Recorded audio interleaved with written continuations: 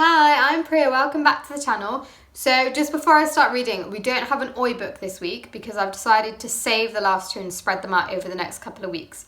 But what I do have is a book that I loved when I was growing up, and it's the Percy the Park Keeper story, and it's called The Rescue Party. What a perfect day for doing nothing, said Percy the Park Keeper. Percy was having a day off. He and some of his animal friends had brought a picnic to one of their favourite places in the park. Percy took off his cap and made himself a sun hat by tying knots in the corners of his handkerchief. Then he propped himself against an old tree stump and opened his book. The animals settled themselves around Percy and waited for tea. So, there's an owl at the top of the tree stump there by Percy's hat. We've got a fox, got some rabbits, got a mole, and a hedgehog, and a badger, and a duck, and a teeny mouse sitting on Percy's leg.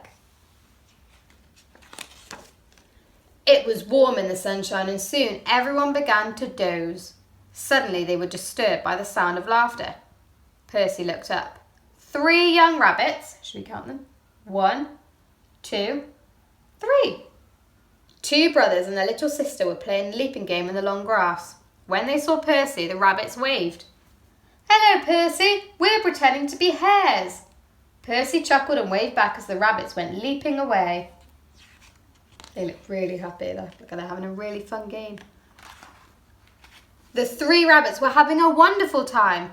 "I can jump the longest," said one. "I can run the fastest," said his brother. "I can jump the highest," said the smallest rabbit, and she jumped high into the air. Whee! But as the little rabbit landed, to her brother's surprise, she completely disappeared. She had crashed right through the rotten cover of an old well. The 2 brothers stared at the hole in the ground. Then they began to wail. Wail means cry. "Help! The ground is eating our sister! Help! Somebody help!"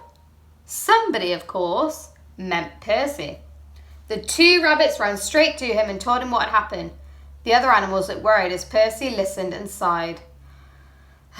"There's no water in that well," he said, "but it's very deep." He pulled on his cap and jumped to his feet. "We'll need a rope," he said. "Come on." Percy thinking with all the other animals. Percy raced away with the animals following behind him. Before long, he was leading them back again towards the old well. Over his shoulder, Percy carried a long rope. Percy cleared away the rotten wood that had covered the well and peered into the dark hole.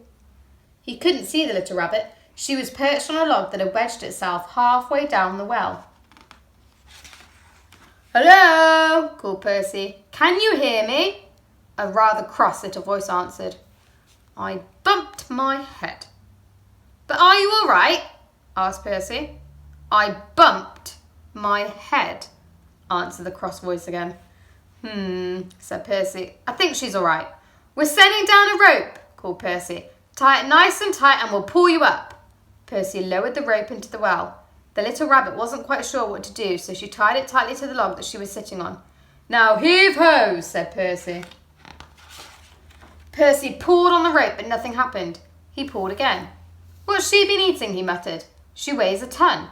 He pulled once more, but still nothing happened. Percy frowned. "All right," he said. "Let's see what we can do together." Down in the well, the little rabbit was beginning to get used to the darkness. As she gazed around, she noticed that there was a small opening in the wall of the well. "I wonder where that leads to," she said. At the top of the well, the rescuers lined up behind Percy, ready to pull on the rope. "Ready?" shouted Percy. "Heave!" Something in the well moved. "Keep going," said Percy. "She's coming." The rescuers pulled and pulled. They grunted and groaned and quacked and squeaked. Up came the rope. But as it reached the top, the rescuers got a terrible surprise. There was no little rabbit on the end of the rope. All they had pulled up from the well was a great big log. "Well, I'm blessed," said Percy. "What's happened to her?" "She's turned into a log," said the fox. "She's at the bottom of the well," said the squirrels. "She's lost forever," wailed the rabbits. "Oh, no, I'm not," said a little voice behind them. "I'm here." Everyone looked round in amazement. There, at the back of the line of the rescuers, was the little rabbit.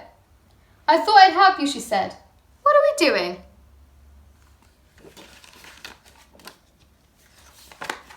Percy and the animals began to laugh. They laughed and laughed until they couldn't stand up.